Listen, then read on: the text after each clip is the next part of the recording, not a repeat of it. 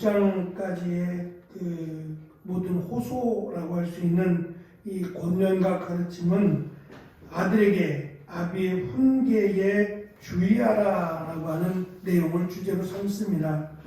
특별히 4장에서 아버지의 훈계가 두드러지게 나타나는데요.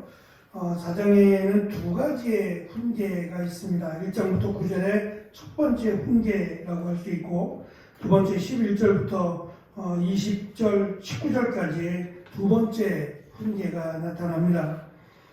특별히 오늘 말씀 가운데 3절에 보면 나도 내 아버지의 아들이었었다라고 하는 자기와 아들과의 관계뿐만 아니라 아들의 할아버지가 되는 그 전 세대에까지 이 지혜가 있었다라고 하는 것을 강조합니다. 다시 말하면 지혜라고 하는 것은 우리가 살아가는 삶의 시간과 무관하지 않다는 거죠.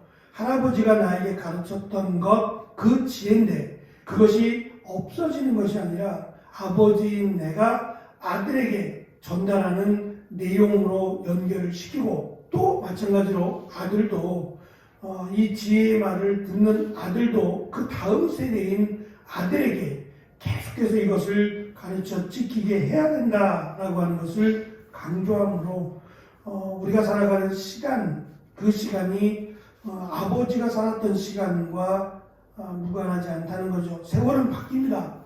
여러 가지 환경도 바뀌고 또 삶의 트렌드도 바뀝니다. 하지만 하나님께서 만드신 이 질서라고 하는 것은 결코 변하지 않는다는 것이고, 특별히 하나님은 영원하셔서 과거에 머무는 하나님이 아닙니다.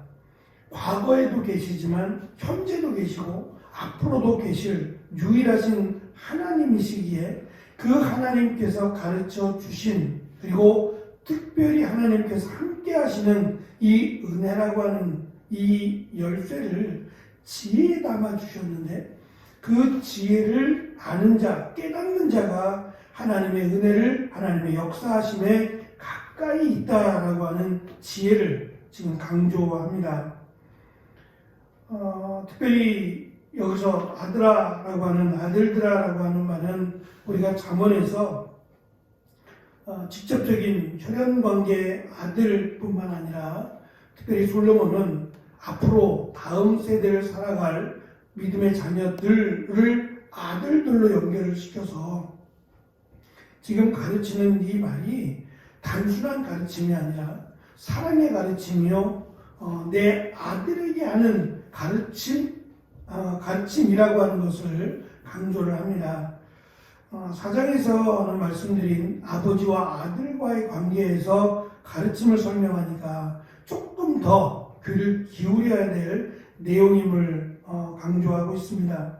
3절에 있는 것처럼 나도 내 어머니 보기에 유약한 외아들이었다라고 말을 하는 것은 자신도 그 아버지로부터 가르침을 받을 때 그렇게 가르침을 받을 만큼의 준비가 되어 있지 않았었다는 얘기입니다. 유약함이라고 설명하는 것은 육신적으로 약했다라는 의미보다는 가르침을 받기에 충분하지 않았다는 얘기입니다.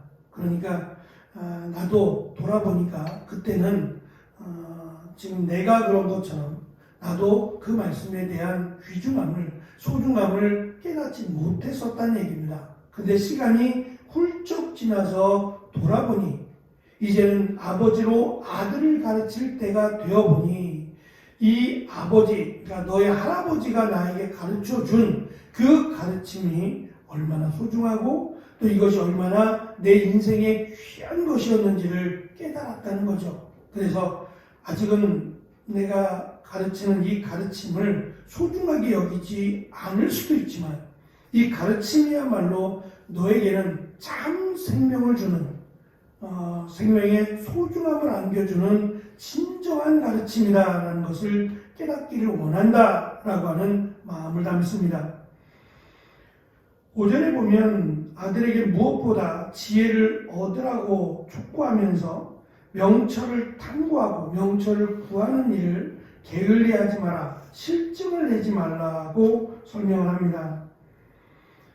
내 명령을 지키라 그리하면 살리라 라고 말한 뒤에 5절은 지혜를 얻으며 명철을 얻으라고 하는 내용으로 강조합니다. 실질적으로는 그것이 무엇인지를 구체적으로 언급하진 않습니다. 이 언급은 이제 우리가 읽은 말씀 뒤로 넘어가서 두 번째 훈계에서 보다 구체적으로 등장을 합니다.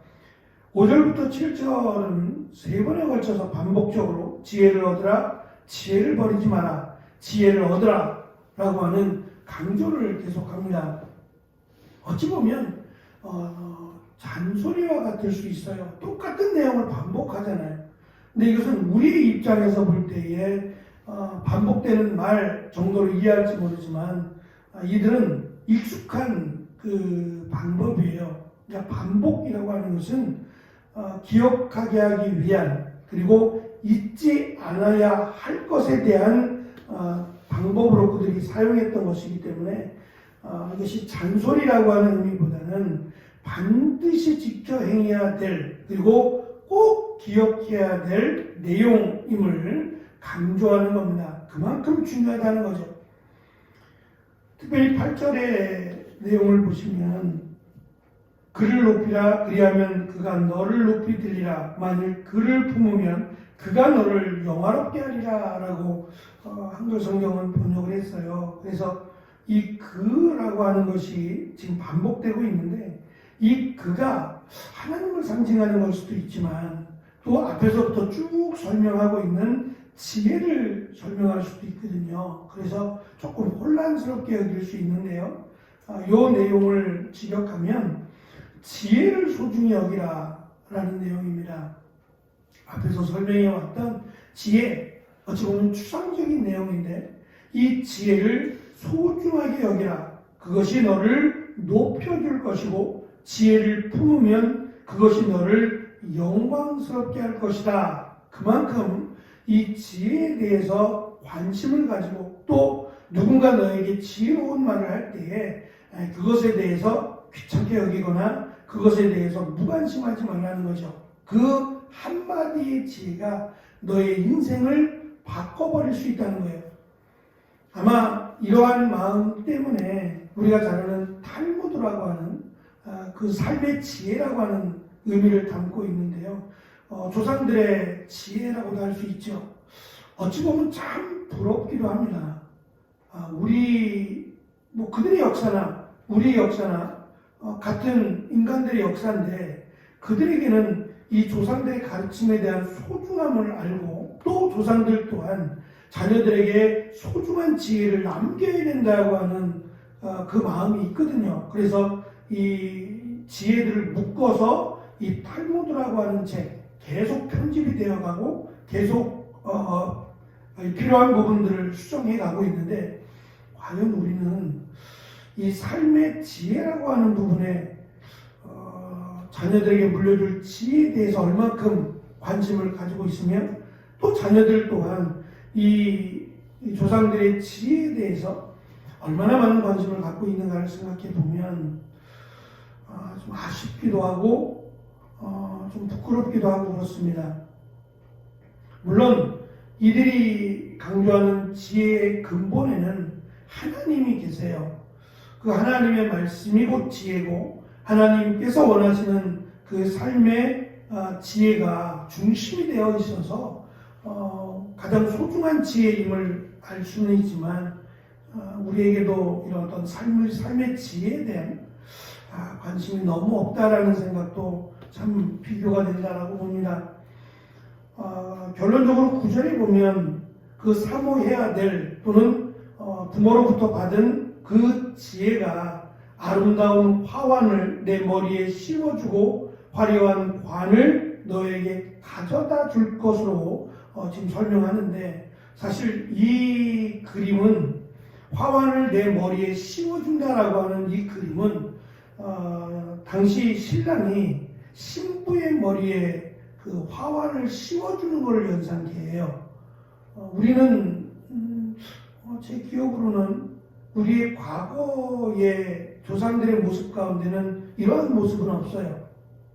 근데 이스라엘은 지금도 이렇게 하는지는 모르겠지만 신랑이 신부를 위해서 이렇게 꽃으로 만든 화환이라고 할 수 있는 건데요. 꽃으로 만든 이 면류관 같은 것들을 만들어서 신부의 머리에 이렇게 씌워준다고 합니다. 아름다운 신부라고 하는 의미도 담고 있고요.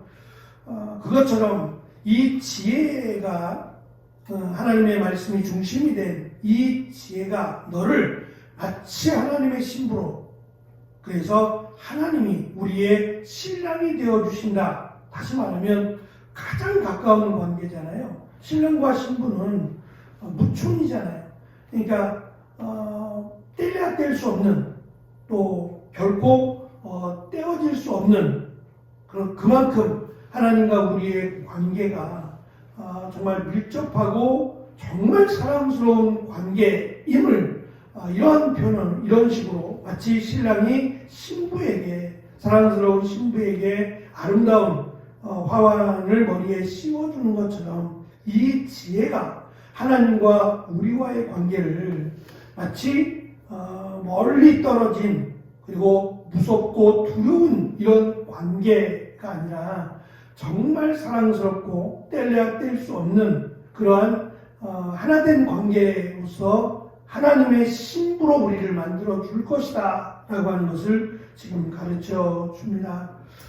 그만큼 이 지혜가 단순히 우리의 삶을 평탄케 하고 문제를 해결해 주는 정도가 아니라 정말 하나님께서 원하시는 삶의 시작을 만들어 줄 뿐만 아니라 이것이 우리를 생명으로 인도해 주는 아주 소중한 지혜이기에 귀를 기울일 것이며, 이 지혜에 대해서 계속해서 알고자 하는 마음, 지혜를 찾고자 하는 마음을 버리지 말 것을 아버지로서 자녀에게 가장 먼저 시작하는 훈계로서 이 지혜를 강조합니다. 지혜는 하나님의 말씀입니다. 하나님께서 우리에게 말씀을 주신 것은 마치 뜬구름 잡듯이 불가능한 말씀이 아니라 충분히 우리가 지켜 행할 수 있는 말씀이에요.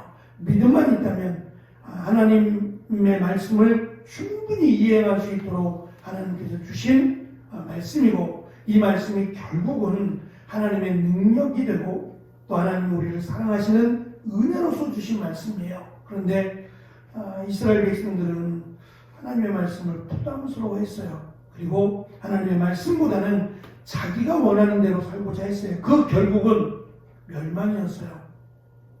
그 역사들을 통해서 우리가 깨닫는 것은 인생의 성공이라고 말하면 조금 빗나간 듯 보이지만 결국 우리가 잘 살았다 말하는 그 삶의 모습은 하나님의 말씀을 지켜 행하는 것이라는 것을 우리는 말씀을 통해서 알 수 있습니다. 우리가 허락하신 인생의 삶, 그것은 결국 하나님 안에서 살아가는 삶인데, 그 삶은 결국 하나님의 말씀대로 살아가는 삶이 결국은 우리를 생명으로 인도한다라는 것을 성경은 가르칩니다. 이 가르침을 소중하게 여기며 하나님의 말씀에 귀를 기울이고 그 말씀 앞에 순종하며 살아가는 저와 여러분이 되시기를 간절히 축원합니다. 기도하겠습니다.